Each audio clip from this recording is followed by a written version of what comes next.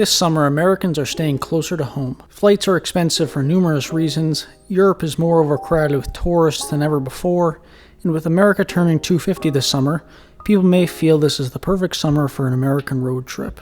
In the spirit of traveling closer to home, today I'm giving you one road trip to take in every region of the country. Not just names of highways you've heard 1,000 times, but specific routes that are worth doing. Let's start off with the southeast, where I recommend driving from Savannah, Georgia to the Outer Banks in North Carolina, with a stop in Charleston along the way. Savannah is maybe the best place in the region to represent this part of the country. It is famous for southern live oak trees that almost prevent you from even seeing the sky in some areas, which is a perfect way to stay in the shade on a hot summer day. It is a historic city that you can easily spend a couple of days in. You can then head up to Charleston, South Carolina, which is also a nice historic southern city you can spend a day or two in. However, it is also different than Savannah because it is on the water and has its own unique qualities.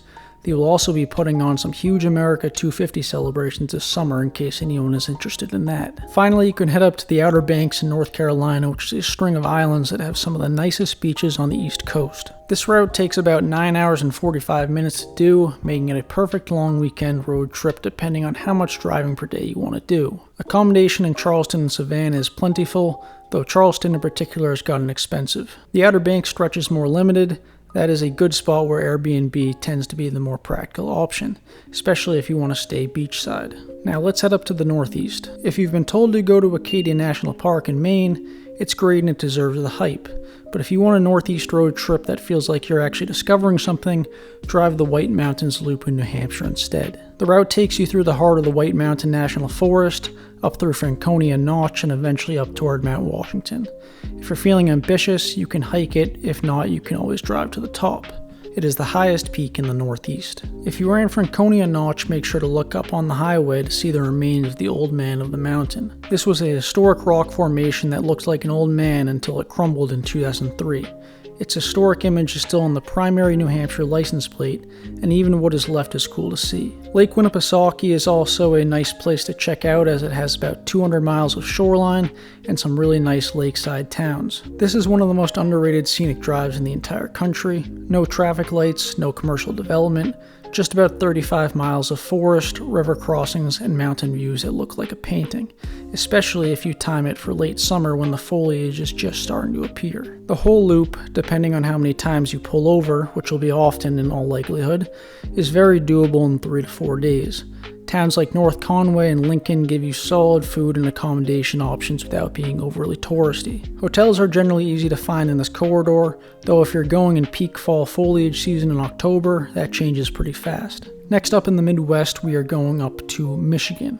The Upper Peninsula of Michigan, specifically in the Lake Superior shoreline, is one of the most stunning stretches of the country. Waterfalls, old-growth forest, sand dunes that drop straight into clear fresh water. It is a great place to drive through. The route starts in Sault Ste. Marie at the top of the Upper Peninsula, takes you west along the Lake Superior coast through Pictured Rocks National Lakeshore, through Marquette, and down through the Porcupine Mountains. If you want to extend it, you can loop back east through the Keweenaw Peninsula. The full loop runs about 5 to 6 days depending on how much hiking you want to do. This is one route where you want to plan accommodation in advance. Small towns with limited hotel inventory, Marquette is your best hub for a proper hotel stay.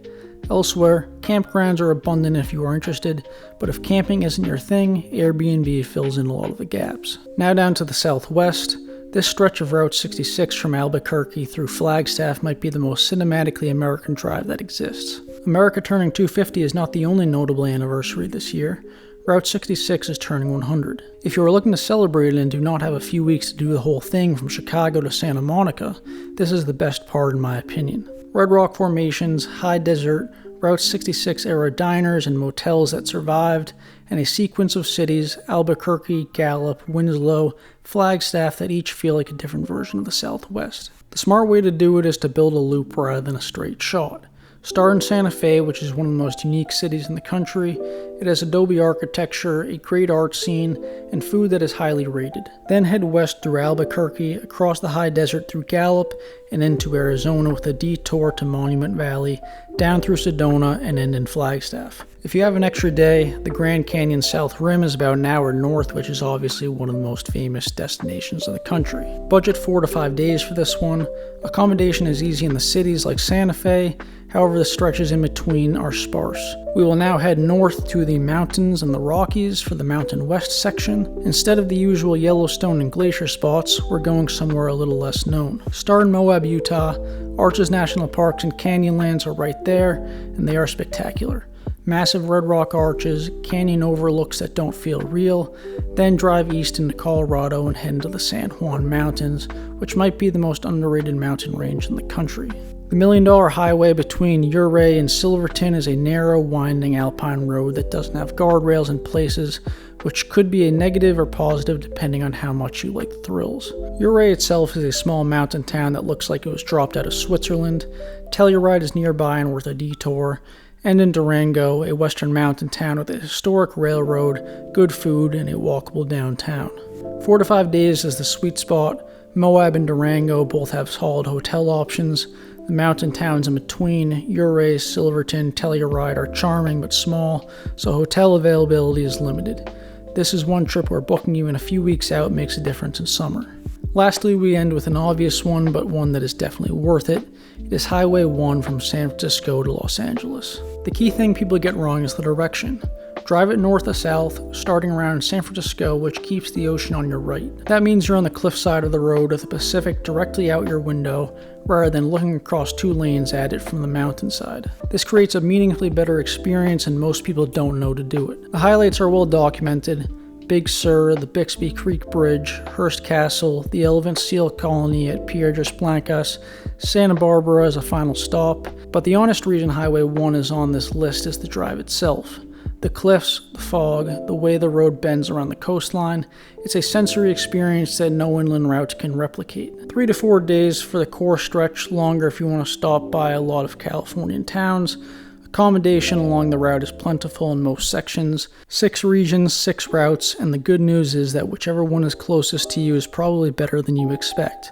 America is a big country, and even people who have lived here our entire lives have barely scratched the surface of what's in our own backyard. This summer feels like a pretty good time to change that.